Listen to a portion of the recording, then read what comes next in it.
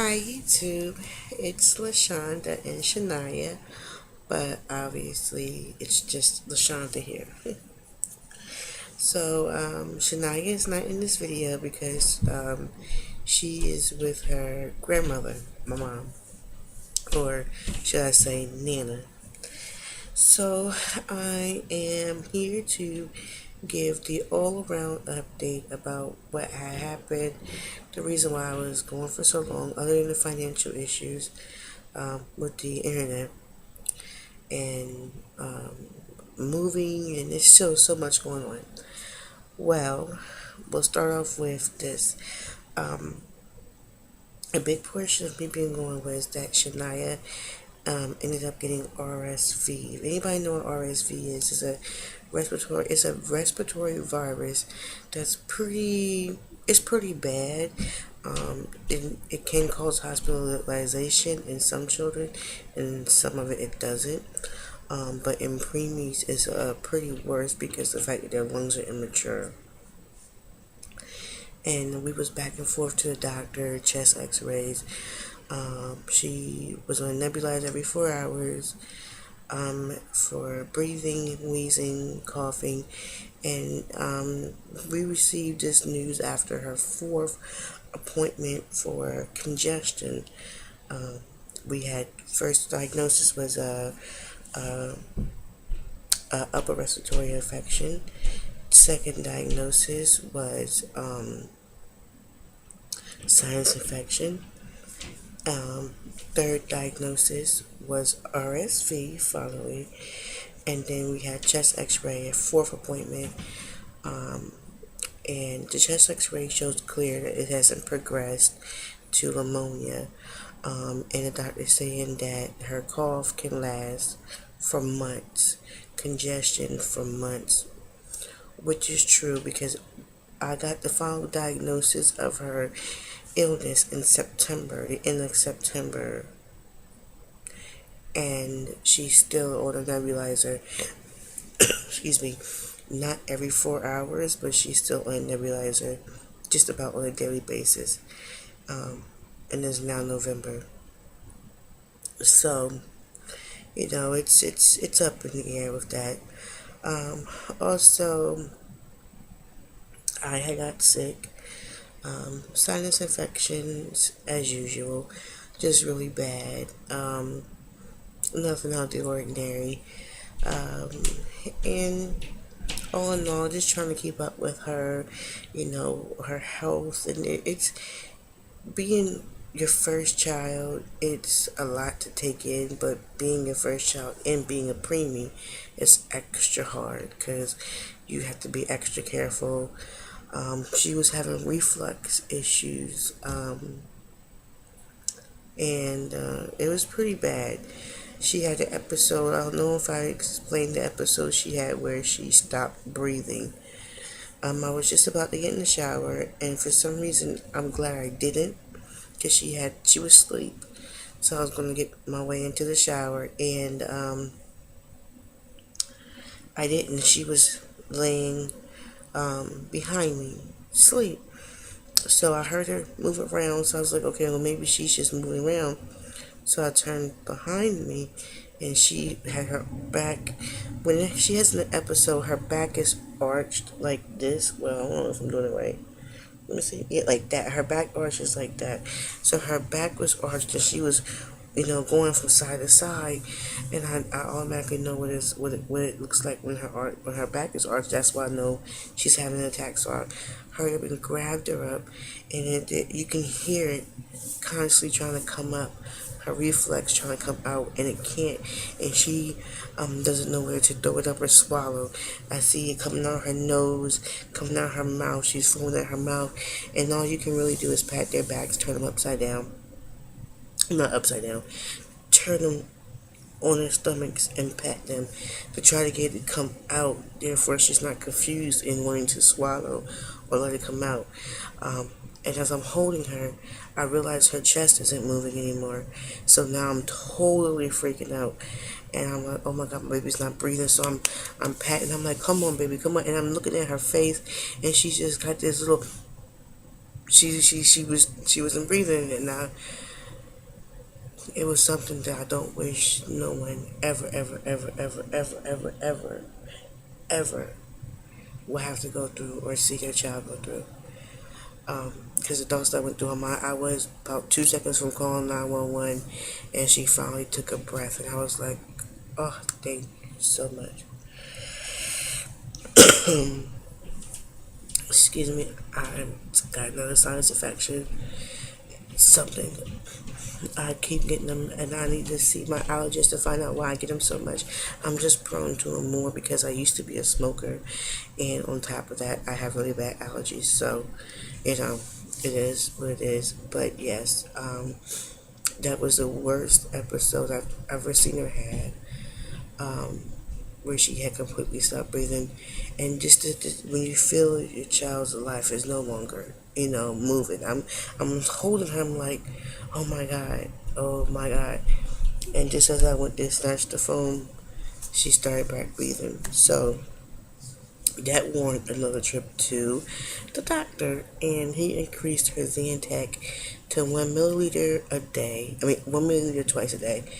It goes based about weight, and she had gained more weight than when she was put on it the first time.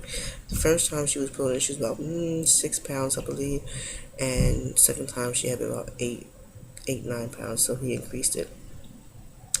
So her reflux, her RSV, it was just so much happening at one time. Then me being sick, and trying to go back and forth, making sure she's okay. I wouldn't worry about me. I never worry about me. I always worry about her. And I got my little bonnet on. I did not get my hair dyed yet, and I'll tell you about that story too. So, that's really been going on the past few months, and um, our 4 month checkup, if I'm not mistaken, I did tell you about. She was almost 11 pounds. She was 10 pounds, 15 ounces.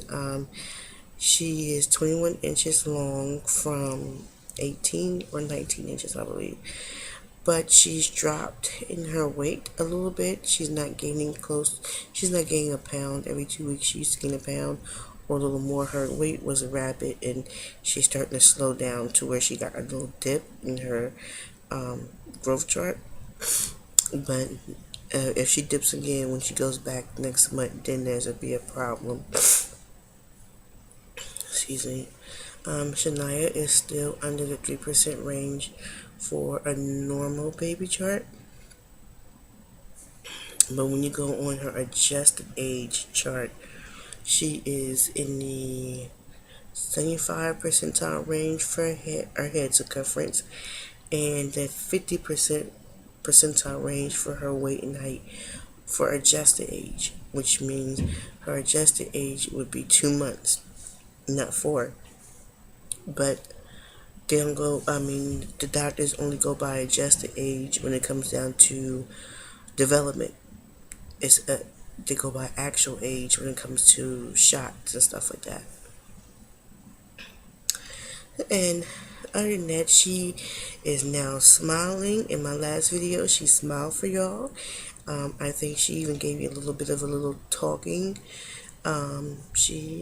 Babbling or cooing. She's doing that. She sucks her thumb.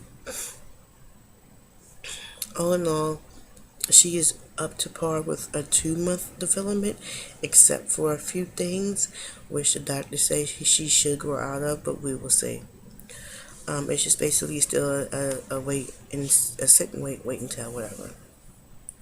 So, other than that, we also had issues with the apartment.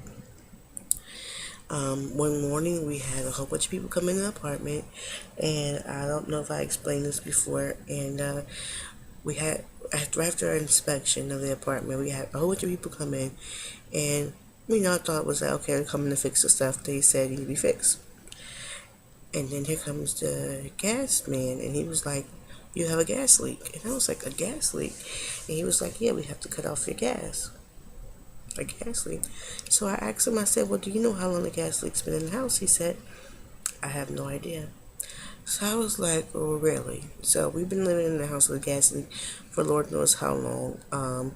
They had to cut off all the gas, which that happened around the 14th of last month. and we was relocated to a new apartment that has gas, heat, hot water, because the gas is the hot water and the heat. So, living with a premature baby in an apartment with no heat and hot water is not going to fly. So they relocated us to a different apartment where they pay all the utilities, heat, hot water, and everything. Which when we moved in here, the hot water wasn't working and the sink was broke, and that took another week to get fixed. We had heat but no hot water, so it's just been such a time. Officially now we have hot water and heat in the new relocation, and the old apartment has been finally fixed. They had to run a new gas line through the apartment. Now, with that being said, they couldn't locate the leak um, in the apartment. There is one, two, three. There's three apartments in a row, like our apartment. Then the next, then you go up the stairs. The next apartment above his, the next apartment above that apartment. All three of us had no heat, no hot water, because of no gas, because of the gas leak. Well, the new gas line is on the outside of the wall. So when you go into the apartment, as soon as you come into the apartment on your left hand side, this portion of the wall by the light fixture is gone. No wall there at whatsoever, because they had to go in the wall to reroute everything. And then when you turn and you look up, they had to cut a hole in the ceiling. When you go behind the door, there's a hole behind the door, and there's a big thick, about this thick of a black tube going on the side of the wall, which is the gas line. And I said, number one, I'm not going. I go back and forth to get stuff that we may need that's downstairs, coming back upstairs, because I'm not trying to get so much stuff up here that when it's time to move back into the old apartment, that it's going to take long to do that. So I went down and I'm like, I'm not bringing my daughter in this apartment. They need to fix the walls, because the walls need to be, the wires, the tubes and pipes and all that need to be not showing. Then they had to fix the ceiling, when the ceiling, the hole in the ceiling, the hole behind the door. And what are you going to do to cover up that big, thick, black gas line? I myself would feel very uncomfortable to have a gas line on the outside of my wall. That's just me. But who knows? And my thing is, if anybody, we are moving to our 2-bedroom apartment here soon, so I really do understand and know that there's no one, and I do mean no one, that will probably rent an apartment that looks like that, the gas line on the outside. And then some other issues that was going on is that the basement of the apartment complex, which has 2 apartments, was flooding a lot. There was a water main break, I believe, and we had no water for a few days. So they had to come in and clean up the water, which they did. They never went into the 2 apartments downstairs, which is vacant, to clean up any water that may have went through the doors and anything. They didn't do nothing.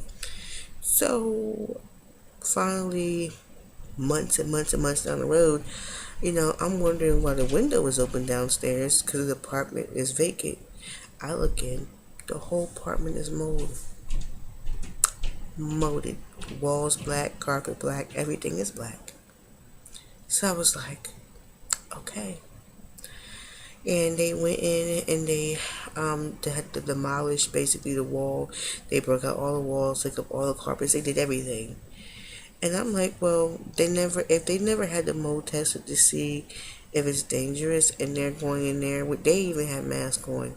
If they're going in there with masks and not the full attire they need, then they're risk spreading the spores of the mold through the air vents of the apartment complex. Do the air vents in the building, because there's separate buildings, and everything else that come with it. So honestly, my sinus issues can be coming from the spores from the mold. Shania's respiratory issues can be coming from the mold. Everything can come from just the mold itself, but because of the fact that even if I was to get somebody to come out and test it, I can't get in the apartment because I don't own it. They have to be the one to do it. So it would be pointless to try to build a lawsuit, so to say, because of the fact that if they destroyed the mold without properly doing it, they could risk all of our healths in here. So we're just going to end up moving. Right now, I don't feel as though we should have to move from the relocation apartment, which is 10 times better because the relocation apartment is a model apartment. Basically, it's an apartment that they show people when they want people to rent out here. And it's crazy because the apartment they show you looks nothing like the apartment you get. Nothing. And they don't show you the apartment that you would most likely live in. They show you what you could possibly look like, what you would live in. And then when you sign a lease, mind you still haven't seen your own apartment. You just seen this nice apartment with ceiling fans and big rooms and beautiful whatever, everything. And when you get in your apartment after you sign your yearly lease, you stop.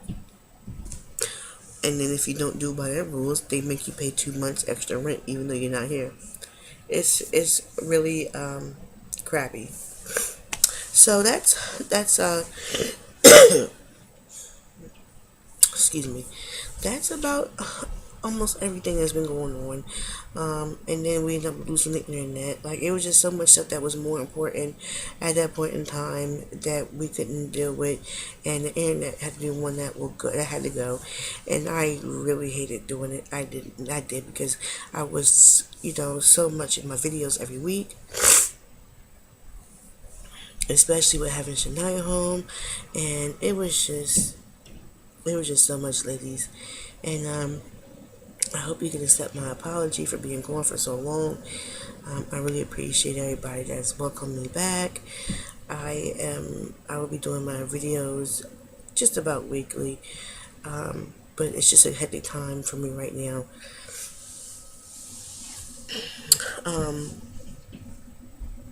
So on the TTC note, I recently. Oh, the reason why I didn't get my hair dyed was because I was at the hairdresser. I was supposed to get my hair done, which if anybody knows, my hair has not been done since I was pregnant with Shania, about 6 months pregnant with Shania. A month before I had her, basically. And it looks horrendous, and I'm not showing anybody. So I was going to get this new look. I feel as though I need to get this new look because I feel as though I am not. I deserve to reinvent myself. Like, I'm tired of the low self-esteem. I'm tired of so much. Like, I don't want to portray my issues that I dealt with emotionally and physically out on my daughter. She doesn't need to know what that is, or she doesn't even know what low self-esteem is, because I want her to know she's who she is, be proud of who she is. And mine's come from being teased a lot, being talked about a lot. So, I'm trying to deal with it within myself. Therefore, I won't portray it out on my child. I don't want her to ever have to go through it. And if for some reason she is talked about or whatever, she knows how to handle herself because she has the highest self-esteem and can't nobody bring her down. So, I bought the hairdresser just wait and me and a friend of mine, and all of a sudden I got this pain in my chest. Now, I'm used to getting certain pains like that from having my gallbladder removed. I get a gallbladder attack or something like that, but this was a lot worse. It felt like I had cramp in my underneath my breastbone that just kept turning and getting tighter and tighter.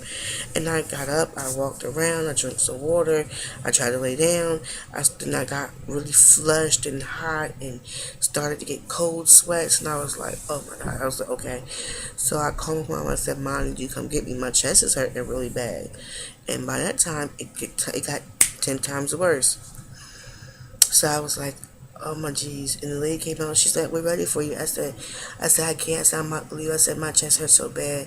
She said, oh, you want to cancel? I said, no, I can reschedule. I said, but my chest is hurting so bad. And I laid down and I started rolling around. And long story short, they had a nurse there. The nurse was checking my pulse. She said, well, your pulse is a little slow. She said, we got some aspirin for you. They gave me some aspirin. I chewed it up and then took a sip of water with it. I started sweating even more. She was like, yeah, go home and call the ambulance. So Called the ambulance. My blood pressure ended up being 142/82, and the EMT was like, "Is that normal, high, or low?" I said, "Honestly, that's low compared to what I've been used to getting." And he was like, "Okay." And he was like, "Your vitals seem fine." He was like, "Honestly, you don't look like you have any cardiac distress." He said it could just be, because the pain was underneath my breastbone. He said it could be your chest wall. He said, but get checked out anyway. So, okay, I went into the hospital, and they were pretty busy. All the rooms in the back was full. They had a baby that wasn't, well, I can't say he wasn't doing too good, but one of the nurses had walked by where the baby was. Nurse, doctor, doctor's assistant, physician's assistant. I had walked by where the baby was sitting at. I was in the back area, and the back area had 5 or 6 people back there, and the waiting area was full, and the rooms was full. And he walked past the baby. He said, he just stopped everybody. He said, "Do y'all hear that baby around here struggling to breathe?" And all the nurses was looking dumbfounded. And he was like, "No." He was like, "Get that baby a room right now. Start, excuse me, start him on some treatments now, and he's going to be a minute." He said, "We're not going to let him sit out here and struggle to breathe like that." And so he left off. He came back about 2 minutes later. He was like, "Did y'all hear me? Get him a room. Get him a room." Instead of waiting, he went and picked the baby up and rushed him into the room. So I'm just sitting there like, you know what? I'm nowhere near serious. I'm gonna just go ahead and walk out. Honestly, that's the first time I ever walked out of the hospital, but I really felt as though everybody else needed help more than me. And after I received the aspirin, I felt 100% better. And that's not the first time that has happened to me. But the first time that happened to me, I honestly believe I was having a heart attack, and the ambulance people, just sat there. And I do mean sat there. This was years ago, about 8 years ago. I'll say it, no, 7 or 6 years ago. I couldn't hardly breathe, and I felt a really bad pain in my chest, and I called the 911. I was at the hotel with my boyfriend at the time, because we was in Milford, and we was out of town, and I didn't want to go to the hospital. I stayed in the bed. I said, well, maybe they won't come. I was about 23 years old. I just didn't want to go. So the pain kept getting worse, and they was like, well, come on come in the truck and let us examine you. I said, okay. I get in the truck. My blood pressure was 320/300. Yeah, 320/300. So he was like, hold on. He was like, this can't be right. Check it again. It was the same. And I'm just sitting there. I'm like, okay, my chest is really starting to hurt now. So they took my oxygen, and I realized the pulse ox said 90. So my blood pressure was 320/300. My oxygen was at 90. And I'm wondering why I wasn't being rushed to the hospital. I have no idea. They just sat there. We were just sitting in the parking lot of the hotel, just chilling. And I got to the hospital. And when finally got to the hospital, everybody started rushing in. They was like, we cannot believe your blood pressure is that high. They did an EKG. EKG came back high, because my heart rate was very high. Tachycardia, if I'm not mistaken. But other than that, the rhythm was normal. And they kept me for observation for 24 hours, and so forth and so forth. Never really found out why I had that episode, but the aspirin actually helped with chest pain, and that's about it. So that's why I did not get my hair done. And I feel so embarrassed because everybody was so helpful. The lady came out and prayed over me, and I just feel so stupid. But I will be giving everybody, I go back on Wednesday to get my hair done. I'm going to go and get everybody a thank you card because they were so sweet. They were so concerned, and they really didn't have to be. So, to me, I have this cough. I think I'm just getting bronchitis. I just hope it's not pneumonia and I just put it off because I didn't really want to sit there that long. And like I said, I was nowhere near as important as the other people that was in there that was sick. And I even felt bad of needing an ambulance. But I was in a lot of pain. Anybody that had pain like that in their chest would automatically think the worst. And believe me, I did. So, um, other than that, that just sums up everything. Life is very crazy. It really, really, really is. Ooh, I want to give a shout out to Unfertile Myrtle. Congratulations. I'm so, so, so excited for you. I cannot wait to see your vlogs and to follow your pregnancy journey. I'm so happy. Congratulations to Amy Hall. I'm super excited. I can't wait to follow your journey as well again. And on my TTC tip, uh, it's still up in the air. My weight has been maintained at 242. When I started out pregnant, I was almost 290, I believe, and I'm 242 still, which is awesome because I thought for sure I gained my weight back, and it turns out I haven't. I've actually lost more. I'm still under the 250 mark. Ovulation test is not going so good. I did start Breville injections, but I stopped it because I wanted a full cycle, and I did spot for about 2 weeks straight, only meaning about a tampon here or there. I know TMI. That's about it. So from there, I think my OPKs are at a standstill. My latest OPK was um, pretty much, I believe it's the same. I'm not going to um, inject anymore because um,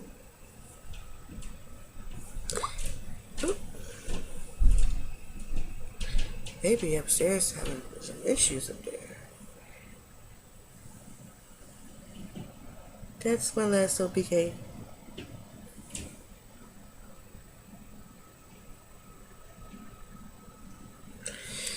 So they're at a standstill right now.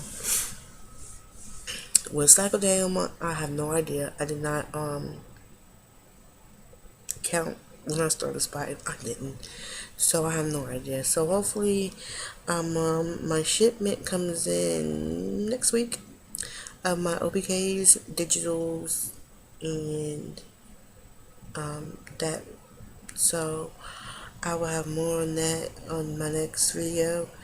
And on my next video, which will be probably tomorrow, try to get things moving on this channel again.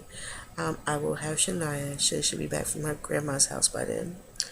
But alright, ladies, this is about 30-minute video. I hope that even though I mumbled and babbled on through some of it, I hope you was able to hear me and understand and put it all together about everything that's been going on in my life for the past few months. And it all boiled down to this. So I'm here now, I'm back, and I'll be making updates just about weekly. But for the first week, I'm going to be doing close to daily. Oh, and I have a question. I had a Shania dress made, and I need to know what color scheme to go with for our family Christmas pictures, which is next week. So I need some help on some color ideas. Her dress is red, white, and glitter. It's a tutu dress, so it's gonna be a cute little tutu. So I need to know what we should. I know the traditional red and white. Excuse me, which we all gonna do. Then we're gonna have a different set of family photos that's not holiday. I need to know what color scheme we should go with. Because my favorite color is purple. And of course, I want to go with that. But I want to think outside the box of something else that will be beautiful. So, alright, ladies. I will talk to you later. Bye.